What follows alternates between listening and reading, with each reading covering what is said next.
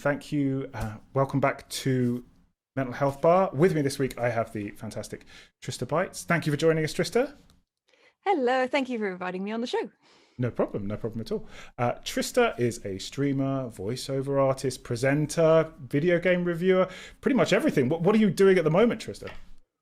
At the moment, I'm being on a podcast, but I've been doing more computer game voices recently. I'm trying to slowly get into the voice acting game because it's something I really love doing, and I think that I should share the fact I talk in many stupid voices with more people rather than just like, you know, the neighbor's cat that occasionally wanders in the house and then leaves because I'm embarrassing. So yeah, trying to do a bit of the voice acting recently, but I've also been full-time on Twitch for the last year for strange reasons that we won't talk about. Just something happening in the world there, which meant that all the on-stage work was paused, quite rightly. And yeah, I've been throwing myself into Twitch and loving it, actually. Yeah, doing really well as well. Doing really well. Thank you. On Twitch. Yeah, looks great. I remember the first show I saw you on. You were on a beach. Like that was was it the holiday one that you do? The Totally Real Beach. Yeah, the Totally Real Beach. It's definitely not a green screen. Definitely not a green screen. No, but your Neither's this. Is that a green screen or is it not a green screen? I don't know. I can't tell anymore. That's a great There's one. no green screen. What are you talking about? There's no green screen. There is no green screen. This is not the special effects you are looking for. It's hard to tell. That's a really good one. It's a really clear one if it is or if it's not. I can't tell. This is not what the conversation is going to be about. But when I saw it, yours actually inspired me to try and use greens because I was like, oh, you can do it. I hadn't seen it in front of a green screen before. I was like, oh, you can do it in front of a green screen. So I did totally. That's why I was like, I looked down, I was like, oh, you can, and started to do it. So you've also got a blank rubber duck as well. I do. You're in the background. That wasn't the question I thought was going to start this off with. No, so, sorry. Welcome Distracted. You've got a blank rubber duck, haven't you? Yes, I have. I have a Ryu and a Ken and a Chung Li as well. It's all right. It's just that if you put googly eyes on it, it looks like the guy from Weatherspoons. It looks like Tim Martin. Sorry. I bought some googly eyes earlier today in the pound shop. It's the best place to buy them from. Interesting. I have two giant ones that a guest left at my house, and I'm so tempted to put them somewhere that no one in the house knows about. And then when they open a wardrobe, there they are. I like doing that in other people's houses. Is that why you went to the pound shop for googly eyes? In this case, no. Normally, I have a stock of googly eyes because back when I would go around and visit friends quite often, I would just stick googly eyes to things in their house when they were not looking. Right. But these googly eyes may or may not have been to stick onto my hands because they've recently been guesting on some of my shows. So lockdown's a thing. Stir craziness I've heard of as a thing. It's either genius improv comedy or I've lost it. It's all right. Letter from column A, letter from column B. Both. Madness. Good comedy and good performance comes from madness. It doesn't, normal people don't stream. They're just very much so. I have a puppet, so everyone's got something. I think at least you're doing it, and it's just you and eyes. I love the idea that you thought, oh, we're opening up soon, and went and bought googly eyes. Just the combination. It's important. If you haven't gone to like open a door or flush a toilet and just seen that the googly eyes are looking back to you confused, then you've not lived. And I think that's something that I need to share with more of my friends, so they remember why they haven't seen me for a year. And yeah, that's definitely memorable. And nightmare fuel. So that's great. It's a combination. They're never going to forget you. So have you always wanted to entertain people? Like you just said, you go around and do stuff like that. Have you always wanted to entertain people? I did, but I didn't have the guts or confidence to do so. So I wanted to do a variety of things when I was younger. I was interested in, I wanted to do either art, architecture, or archaeology when I was a child. I obviously didn't get past the A section of the dictionary, and after that I wanted to do things like act or stand-up comedy, but I just in no way had the confidence whatsoever, and it took me until my 30s to even start moving in that kind of direction. And then it took me until lockdown meaning I had literally nothing to do, nowhere to go, and trying to put on shows full time, to start just accidentally throwing in different character voices and throwing in the green screen stuff, and it just slowly kind of took over. And that's very much because I had all of this support coming back to me from the Twitch community, from the viewers, going, oh yeah, try that, do that, that was funny, and like being quite honest and genuine, and giving me that kind of feedback and encouragement that's helped me try out more and more things, because I've always felt like those are just things that other people could do, and I wasn't really good enough to do those things, and other people were doing it better, or I would just be laughed at, but not in the laughing with intentional kind of way. And it took me quite a long time to kind of get to that point where I felt like, oh no, it is just fine if I want to do a stream where I'm building Lego and accidentally the entire stream maybe turns into 4 hours of my hands having an argument with each other, and they've got 2 different voices and characters, and I drew faces on them. And I was just like, well, maybe I am just an idiot. But at that point there were 80 people watching me be an idiot, and I thought, well, they're laughing. Yeah, and monetize it. That's what I wanted. Yeah. They're here. So I thought, okay, yeah, I can just try these things out, and it's okay to get them wrong. I was always so worried about getting stuff wrong. That's something that's pulled over from my childhood, is I'm so worried about not getting it right first time. Yes. And that kind of exposing me as somebody who's not good enough to do stuff. And that all comes from the main things that you want to talk about today. Yeah, but we don't have to get there in we get there in an organic way, don't worry. I totally understand. The perfection thing is something that a lot of people struggle with. Yeah. And like me, I was honestly, when I started streaming, I was wearing a suit. I had a green screen backdrop, and I spent so long trying to get how it looked perfectly. And now, like you, I've got a puppet called Grimbles, whose catchphrase is "It's bullshit," and he's just my voice with it, and that's it. And it's because you, like you say, you just try things, and whatever, life doesn't really matter. Life doesn't really matter. That's a very dark, Kafkaesque. It's taken a turn already, this podcast. It's taken a dark turn. This is why I talk to my own hands, isn't it? It's just yeah. It's a lot happier. No, they argue back. That's the worrying thing. What do they say? Give me an example. If you can. They were arguing with each other on the stream. I mean, one of them stormed off to its trailer and said if we wanted them to send a message via pager, which I found very confusing. I don't know where. Yeah, I know. That's what the other hand replied. I get to a point where I was making clips of this the other day, and I'm like, they seem to genuinely be having a conversation. Is this really good improv, or therapy? This is not. I don't know at that point. When one of some people were requesting, because I have the other characters I do, you can request them via the channel point system. People who've watched for a while get these little points. They don't cost any money, and you can just use them to say, I want like the Tristonian Manor Lady Trista character, or we want to go off to the Queen Trista pub and order a pint, and you can request the locations to be pulled up as the next thing that I do. And when I was doing the Lego building stream, and I wasn't feeling very well, so I turned off my camera, and I was just like, we'll just do Lego building. It's mostly just shots of my hands building the Lego on those daytime streams anyway. They're nice and chill. And somebody requested the games Trista, which may or may not be some badly photoshopped animated versions of a certain 90s gaming show character. But obviously I didn't have my camera on.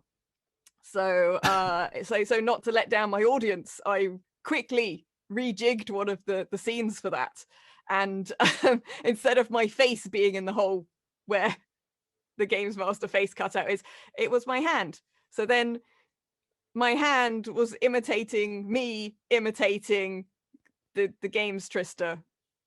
That's and amazing. It got a bit meta. It's amazing. Did you have a monocle? There is an animated monocle that I can activate as well. Yeah, you've got to have the monocle, otherwise it would be silly. It would be ridiculous. It'd be ridiculous. Yeah. No monocle. What kind of amateur do you think I am? I love the fact that you've got activate the monocle. Just press the button. That's what I call on my stream deck, just a monocle button. But you're going to so you're doing all this. This is amazing. Honestly, I'm blown away by it. So what I got you on here to talk about is you had a late stage diagnosis of something, and I'm not going to push you for anything that you don't want to reveal. But would you like to tell the people listening or watching what it was that you had late stage diagnosis of? Yeah, well, I have dyslexia, dyspraxia, and dyscalculia, which I like to refer to as a triple threat, because I will mishear instructions, go the wrong way, and then fall over. So those basically mean, I think a lot of people have heard of dyslexia. That affects writing and language. My reading's pretty good. It's the one that I would count as the least severe diagnosis. However, my brain has a sense of humor. So the main thing I get from that, apart from occasionally I will run some of my words together, writing, I run my words together as well. Yeah. First half of one, second half of the next. The best thing about being dyslexic for me, though, is my brain will replace words with funnier words sometimes. So if I go past a shop on the bus, I will see a pun, usually a rude one, on a shop name, and I'll be very disappointed to look back and realize it's actually a completely normal sign, because I'm sitting there giggling and I'm reading these things completely wrong, because you fill in a lot of words yourself, and apparently I have a sense of humor, so there's that. The dyscalculia, I think a lot less people have heard of, but that some people will call it number dyslexia as a way of explaining it, but lexicon literally means words and letters, but it's just basically the same thing but with numbers rearrange. I can't really do some basic mathematics. It just affects your processing of those kind of things, and that one I have a lot more severely. That's the one that's one of the much stronger ones. So I can do complicated equations and trigonometry, but I can't do my times tables. Right. Wow. Okay. So I can't store and relative and understand those numbers. I could repeat some of my times tables by rote, but I could never do them. They don't make sense to me in any way, shape, or form. They just don't work. I can't remember my age some of the time, dates, telephone numbers, things like that just don't stick. Like they're just not relevant somehow to my brain. So that can be frustrating, but it obviously is a lot less frustrating nowadays, where we have like I have an Amazon Echo, not sponsored, unless they want to sponsor me. I'd love 20 more of the things, and I just tell that, remind me on this day at this time that I need to leave the house and be somewhere else in an hour, because if I write it down, I write it down wrong. Oh, right. You write it down like completely wrong. I'll just write the numbers the wrong way up. Oh, wow. So I write the dates wrong. and just look back at something and go, well, that date doesn't exist, so that can't be right. Oh, and the time doesn't exist either. That's not even a number. Right. So being able to say those things I find a bit easier. So getting one of those the other years, that's helped quite a lot, especially with the complete sort of like lockdown. There is no sense of scale and time type thing happening. But that's probably the more severe of those two I have. But I've also got dyspraxia, which is a coordination disability. They're all vaguely interconnected. People that have one, it's quite common to have a little bit of another one. Yes. So it isn't uncommon to have multiple, but I am also dyspraxic, which affects my coordination, left and right, north, south, east, west, remembering and doing sort of instructions in terms of direction and stuff like that. Bit Zoolander, not an Ambi Turner. You tell me to go one way, I've gone the other way. And that one can be very, very frustrating at times. And you can, again, people get it in different ways. It affects them different ways. But with me, it's definitely that I just can't follow directions. And if I walk out of a room and back in, I don't know which door I came in through and stuff like that. Well, that's got to be, growing up, that must have been stressful. It was, because I didn't know what it was. No. I didn't know what it was at all. I didn't know what any of these things were. And obviously I grew up in the 80s and sort of 70s, 80s type times. I mean, even dyslexia, which is the one that's most commonly known and understood now, you were just told you're stupid. Yeah. And I remember hearing my teachers saying to a younger relative of mine, you're not dyslexic. That's just something made up to make the parents of stupid, lazy children feel better. And that was the teachers. Yeah, so Jesus. Not all teachers were like that. Obviously, that's not universal. But at that point in time, the things weren't understood as well. And, things like dyspraxia and dyscalculia, I mean, a lot of people still haven't heard of those now. So they're just not as well known. So back then, I kept my mouth shut, basically. these things were generally said to only be things that boys got. Yes. So that was a very true belief. There's a whole bunch of things which are like, oh yes, girls just aren't academic, Yeah. It's like, no, I went on to do a degree, and the only reason I didn't do a master's was because I couldn't afford it. It had nothing to do with being academic or not. And I realized, like, I knew there was something wrong with my numbers. I remember the teachers just looking at me, just confused. One spent hours with me just trying to teach me times tables. Bless her, she really tried. Yeah, And she was just looking at me baffled, just like, why can this child not do this? Like, that teacher really tried with me, but they weren't given the support, the education, the knowledge at that point, definitely, to even know that there was something to spot that was wrong with me. They were just baffled. So props to them for trying. It wasn't their fault. They couldn't help me. But yeah, I just kind of kept my mouth shut about it. I didn't really know what a lot of it was. I thought I was probably a bit dyslexic, but I knew I was nowhere near as severe with it as other relatives that I had. And it was a lot of kind of time and effort and fighting on my mother's part to get support for them. So I just thought, it'll be fine, because I'll do art or something. I like that. I'll draw comic books, so I'll be fine. And I just kind of went through high school. Like, I was quite sort of lost and confused and scared a lot of high school, because it was big. For me, it was big. And I got lost constantly. I could never remember my timetable. I could never remember what books to take where. I'd be constantly kind of trying to make my way through these really busy halls, trying to get to rooms, get to places that were just all, like numbers and letters muddled together with this, and no map. And I was constantly stressed and trying to find other people to follow. Like, I remember trying to memorize who had classes in the next class the same as me, so I could just follow them to the next class. And I spent the whole of high school like that. And again, I was not fortunate. Not all schools were like this. However, some of the teachers in my school were lovely. Some of them were terrible. Some of them, I believe, were fired later.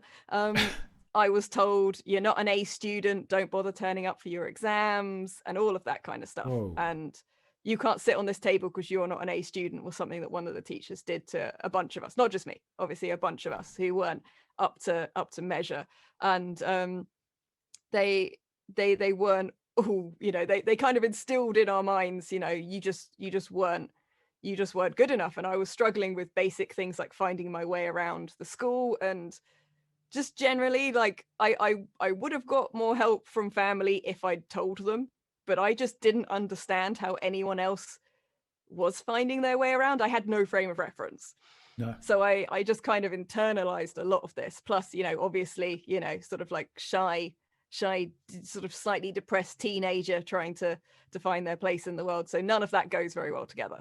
And by the time I'd kind of like finished high school, I ended up staying at the same place to do A-levels, just because I knew my way around, which was a terrible reason. It was a very bad school. And did those. And then by the time I went to university, I was like, oh, I've kind of got a handle on these things. And then university was huge, and I was like, no, I don't. I can't find my way around. I was like working nights and studying in the daytime. I chose the halls of residence that I could see the university from, so that I couldn't get lost. So it's just one straight line. I was like, I could see it. So so my timekeeping was bad. I was working nights. I couldn't remember my schedule at all. And but I could make myself a toasty and run to the lecture hall within 5 minutes. So I was like, right, that's a coping mechanism. And I kind of got to the point just near the end of university where I was just like, I should really kind of find out what this stuff is. And I looked it up, and you could get these subsidized tests if you're a university student.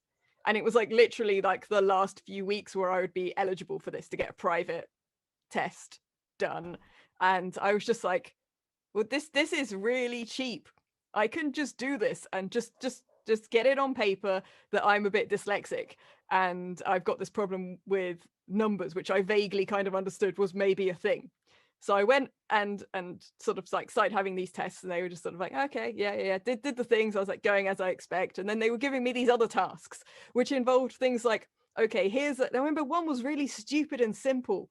And it just made, when you have those moments where like, it's not just the penny that drops, it's like an entire bank with the staff and the car park. Yeah. And like, they gave me this little puzzle with only a few pieces. It was like a little puzzle like this.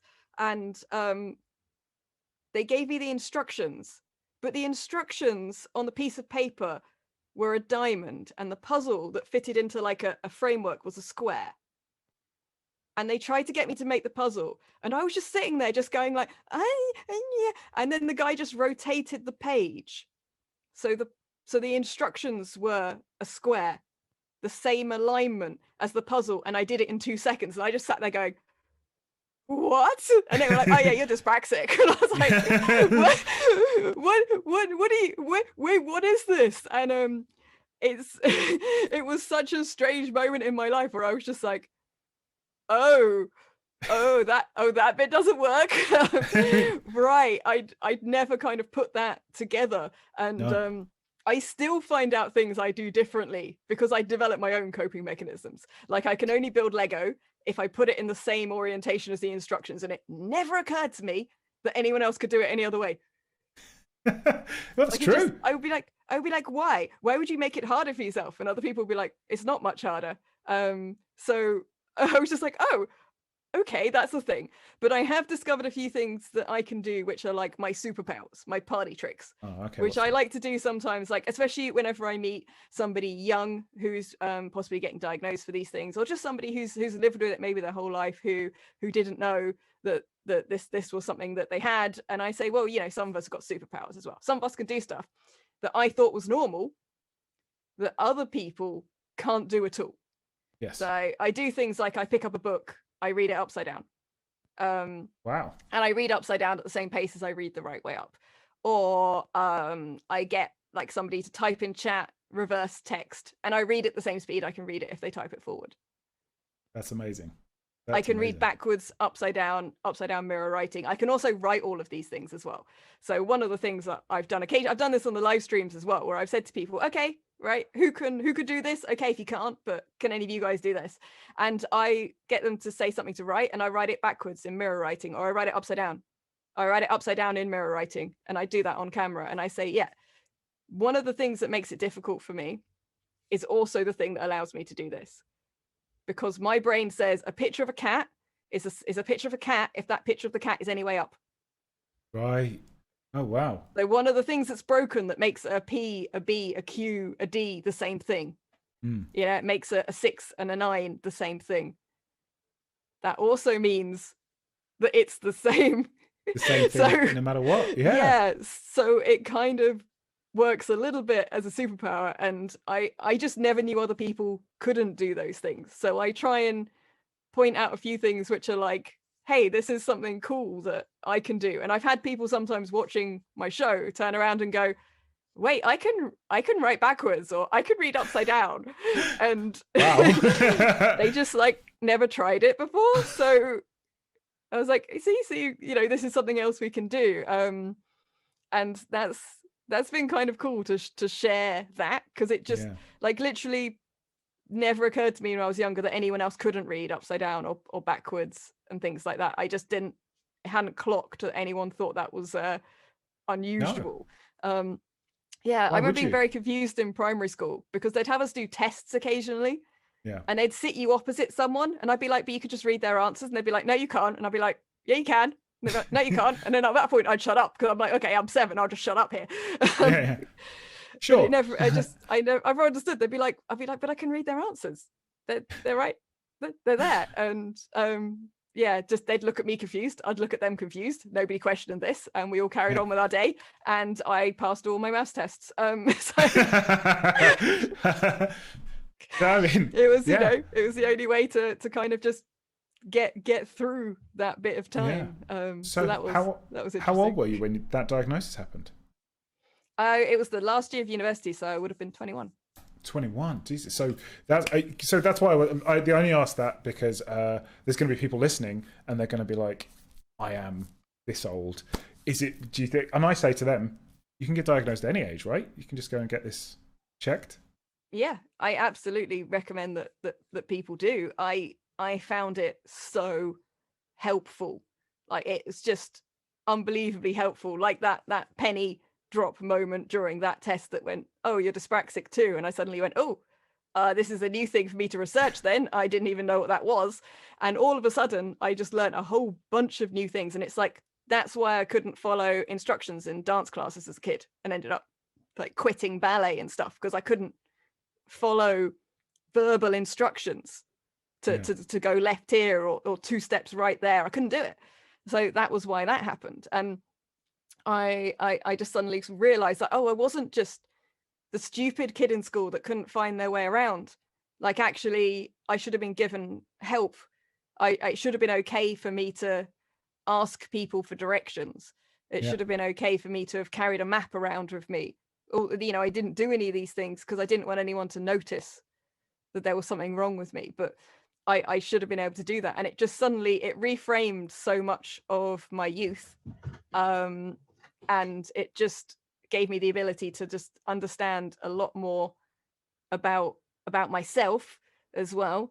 Like, these things are connected to things like you put something on the cooker and then kind of forget about it. Sense of time, ability to get the cooking instructions right and stuff like that. Getting distracted with another task instead. There's all kinds of extra things, especially when you've got all 3 of them, like triple threat, which mean that I've got these other things that I do or don't do, which are connected to these diagnoses. And it means I can work around stuff. It means I have names to put to things. It means that even if, I never, even after the diagnosis, I never told any employer ever because I was just so worried. Because I built websites for a living. I did graphic design. I was working with numbers and words. I was so worried that because technically I should have been given extra support and accommodated for, that I was worried that people wouldn't trust me to do the job. So I never told them. But I just because I knew for me, I knew what workarounds I needed. And I, even if I chose to never tell anyone else, because it took me until only a few years ago to publicly say I had these things.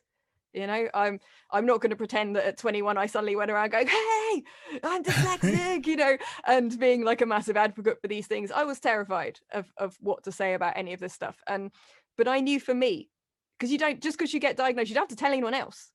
It's completely up to you. If it helps you, if it makes you go, yes, I basically need a whatever it is, I'll say Alexa again just because I've got one, but whatever device in every single room, because that's the only way that I'm not going to set fire to rice, which I've done. I burnt soup the other week because I need those alarms and I need those things because I just don't know how long I've left something on the cooker for, or I've got distracted and got up and done something else. And then I'm like, why am I hungry? What's that burning smell? And, just going like, it's fine. This is how I am. Here's the workaround.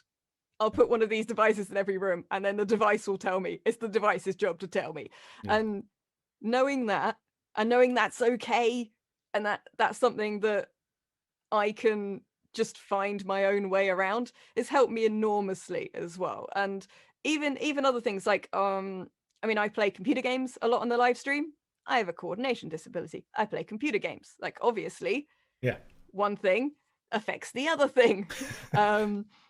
It is a thing that comes up in conversation, and I can't play FPS games with a controller. That's one thing that is connected to the way dyspraxia affects me, because obviously these things are different. But I have had a few people in chat turn around and say, I can't do that, but I can do this, and your workaround works for me. And then that's got them thinking. So it may not just be me, but it's the same reason I can't drum. I can play guitar, but I can't drum. And if the input going to both hands is the same but different, does that make sense? Yeah, I see like what you dual mean. analog sticks. Dual analog sticks are the same but different input. Drumming, the same but different input. Playing a guitar, different thing, different input. Completely. Yeah, different. Yeah.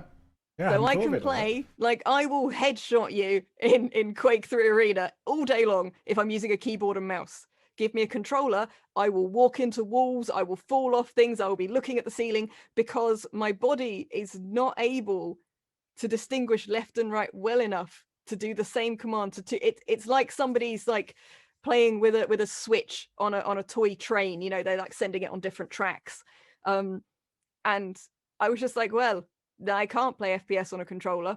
I'm just not going to torture myself trying to do that. Oh. I'm just going to always play on a keyboard and mouse. And now I understand why. Now I don't just feel foolish, you know. I don't just feel like I'm not actually like good at these games. So yeah, it's something that just helps. And I like as well, I have quite a good sense of humor about these things. Like we clip and have counters for like how many times I just fall off random stuff in games where I just suddenly just walk off a ledge. I just walk off ledges endlessly because some of the distance judging, my distance is terrible. That's depth perception, something that's fun. Yeah, it's one of the reasons anytime I like because I have a car at the moment, but I can drive. I have a driving license, but I drive very square hatchbacks. Okay. Yeah. If you give me a long car like a hearse, you'll need to put me in one because I'm going to crash it, right? So I can't deal with that because I can't tell where the corners are. I can't do it, right. You know? Like I'm not too bad on a bicycle. I was all right on a motorbike, a little bit of a liability, but I was all right on a motorbike. I just dropped them occasionally. And a little car, it was fine. It rolled down. It had a roll cage on it. It went down a hill. So it's fine. That's fine. It's fine. It wasn't mine. It belonged to the instructor. So then I decided to get a car. So Perfect. A little car, like a little smart car or a little hatchback car, I'm absolutely fine with them, no problems at all. But if you put me in a car where I can't kind of reach the edges of it, then I'm not necessarily a bad driver, but I'm so stressed about it because I know I don't know where those corners are. Imagine. So instead of me going, I'm just terrible and I can't do these things and not driving, it's like, a little dinky smart car is in my future. Those are awesome. Yeah, you don't even have to parallel park them. You just reverse in. You know, like that is a workaround, which means that they're cool, they're cute. You know, I want to get one and paint it up to look like Deadpool or something. I think it'd be awesome. And that just works for me. Keyboard and mouse works for me. Save states every time I walk off a ledge in a game works for me. And works for all you just find your own way like around these things. And it has helped enormously to be able to put a name to those things and research those things. And I hope that talking about it as much as I do on the live streams helps other people be like, no, it's okay if you fall off a ledge 500 times for no apparent reason in a game, as long as you're enjoying the game. It doesn't matter. Like the you know, gatekeeping can, you know, get in the sea, you know. The gate the entire fence in the sea. And I hope that what I'm doing helps a little bit to address some of that. So yeah, and I'm completely fine with the fact that I fall off stuff all the time in games because it's hilarious. And I think if anyone comes to my channel looking for expert pro esport gameplay, they're lost. I talk to my own hands. They are definitely lost. So yeah, it's been really good for me to know. Definitely, it changed so much about my life. My confidence levels went up so much for knowing where I needed workarounds, for knowing what other people were saying to me, especially if people were telling me, you know, like that I was stupid or I was inadequate in any way, to be like, you know what, I'm not, because I can do these other things and my brain just works in a slightly different way. And yet at times it can be frustrating, and yet it, you know, they call these things, you know, sort of disabilities and things for a reason. However, it doesn't make me lesser in the way I used to think it did when I didn't know what it was. So I always find it really, really helpful to just know what's going on in my head, because it takes away that feeling of just out of control failure. Yeah. And it absolutely. gives you an opportunity to give yourself a safety net to fall into, quite literally, in my case. Gives you access to all the right resources as well. When you've got a name to it, you can go, yeah, there it is. But thank you for that, Trista. That's absolutely fantastic. And I hope that anyone who's listening, who's now like a light bulb is turning on above their head, and they're like, oh yeah, that's it. That's what's been. But more importantly, I think that you coming on and sharing this and sharing it on your stream will help people who maybe even already have the diagnosis, and they're like, it was like this for everyone. I'm not alone. I think you're doing brilliant stuff with that. That's fantastic Thank stuff. you. No problem. Thank you very much for joining me this week on the Mental Health Bar. Tell everyone where they can find you, Trista. Where can we find your stuff? Where can people get in touch with you? Yeah, no worries. I'm Trista Bytes on absolutely everything, spelled BYTES, because I thought I was being funny. Worked in graphic design and marketing far too long to know that was a good idea as a name. Nevertheless, we're running with it now. It's 6.5 years now. It's too late. I've got a YouTube channel. I stream full time on Twitch. I've got Facebook, Twitter, Instagram, all the normal things. And yeah, you guys are welcome to pop by, hang out, talk geek nonsense. And if anyone has questions about these things, then you're welcome to chat about it in the chat as well. And I have many amusing stories of times where I have fallen over and gotten lost. Brilliant. Well, yeah, hopefully they will stop by for that. That'd be brilliant. And if you're listening at home or in the car or on the run, all of Trista's links will be in the description of the podcast. And if you're watching on YouTube, they will be in the comments below. So thank you very much for joining me, Trista. I really appreciate you coming on the show and sharing your experiences. And thanks everyone for joining us for another week of the Mental Health Bar. Catch you later.